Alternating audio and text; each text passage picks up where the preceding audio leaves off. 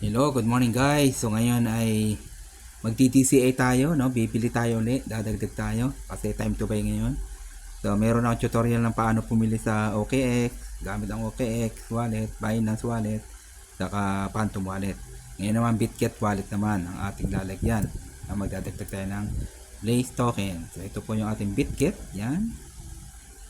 Yan, ito yung ating wallet, yan. Okay? So, ito yung place token natin. So, tingnan natin yung ating graph. So, time to buy ngayon, no? Kasi mababa. Kaya yan lang mga ano dyan eh. Buy, low, sell, high. Ganun lang. So, trade tayo, trade. No? Pili tayo ng place. Ilagay natin ang Solana sa taas. Yan. Meron tayong 0.13, no? Nag-transfer ako dyan ng Sol. Pumili ako sa Gcash ko, sa Gcrypto, ng 1,024 pesos. Yan. So, i-max na natin. Max, yan, trade natin, trade. Meron tayong 145,000. O magpiso lang isa niyan this year, 145,000 yan. O kahit mag 10 centavos yan, meron tayong 14,000 pesos.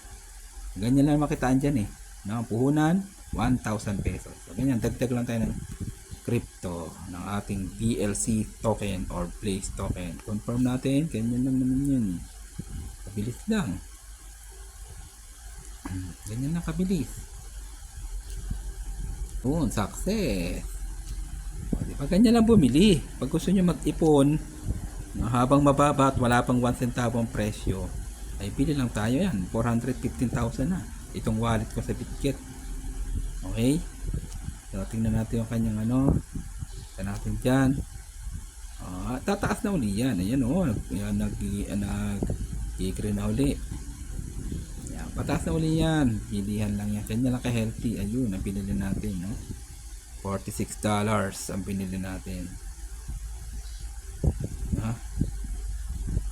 Kanya lang kalupit yan.